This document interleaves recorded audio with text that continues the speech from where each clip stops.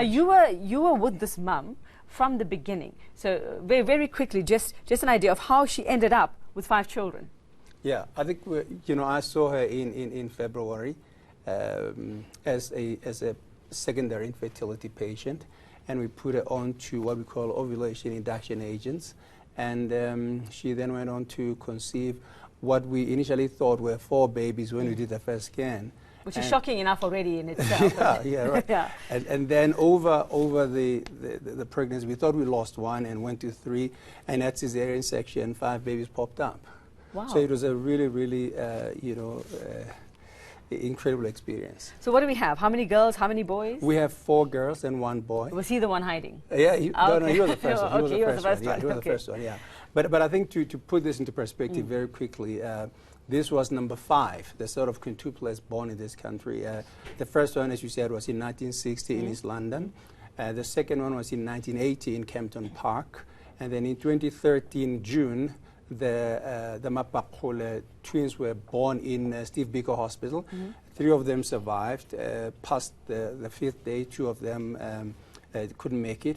And then in 2014, January, the Zondi quintuplets were born in Ispingo Medical Towers in KZN. We lost 4 of those and only had 1. So this set of twins, quintuplets, is the first set to be born more than 1 kilogram, to be I think there's some really important facts about them. They were conceived in a township clinic. They were nurtured in a township clinic. They were delivered in a township clinic. So there are milestones around these quintuplets that are really, really important for me personally and for everybody else that was in charge of the pregnancy and the delivery of these quintuplets. And we are celebrating is that all 5 have a clean bill of health. I mean, what are the dangers when it comes to carrying this many babies? In your experience, like you've just described, not all of them survived in the past when we've had quintuplets born. What are the dangers? What happens? Yeah, and that was really for us the most important thing was knowing those dangers, identifying them prior, and mitigating against those dangers. And that's why this pregnancy went as far as it did. The other 4 pregnancies, all those babies were born prematurely. They went into preterm labor prematurely, and the babies came out a lot smaller. These ones, we dictated the terms for the pregnancy. So it was not a preterm labor. We actually delivered the babies at the time that we wanted to.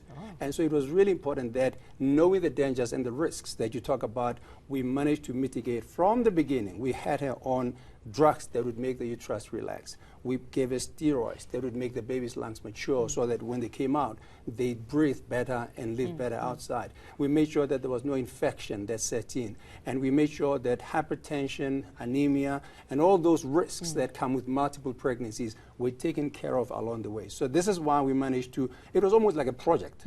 And we had an end point, and in between we did certain things to intervene and mitigate against the risks. Now we know an ordinary pregnancy, you would go in once a month for a checkup. Did this mom need more special care? I know you're talking about the things that you have to make sure of, but did she have to come out every week? Did you have to go home and see her? The challenge for this patient was that she was not on medical insurance.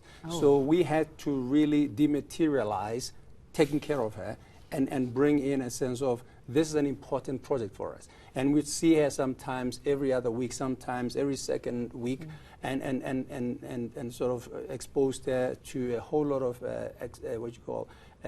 interventions, investigations to make sure that the babies were growing okay, that her body carrying these babies. And she coped well to it all? She did. She did. And we kept begging her to just go 1 more week. She was just tired. We said, let's just push 1 more week. Get them out of me. Yeah, we said, let's just get it 30th of September, and then we'll get the weight. And she did really well. And eventually she said, I can't. There's a lot of babies. And you say she didn't have any medical aid. Now we have to wonder about the financial situation and the support for this family afterwards. Yeah, and I think this is the point I really want to make, is that, these babies are very special. And I think we are called upon to rise above our racing and really, as a community, go on and help these babies. Somebody was asking me, what do I think is the significance of this quintuplet delivery in this time and age? And I think, like how banks talk about a stress test on a bank to check the liquidity of a bank. This, for me, is a stress test on the society to see how ready we are for this kind of babies. And, it interrogated many things. It interrogated our private health system, where she went and couldn't be looked after. It interrogates the skills of the doctors, scientific and otherwise. It interrogates the community as a given community. And that's why, for me, it's an important landmark in how we will help these babies going forward. They need food. One child is a lot. You know, 5 of them is 5 times. So we need to come and rally around this family in terms of not only dematerializing the care, but remember, they have to eat, they have to dress, they have to walk, they have to drink, go to school. or they have to,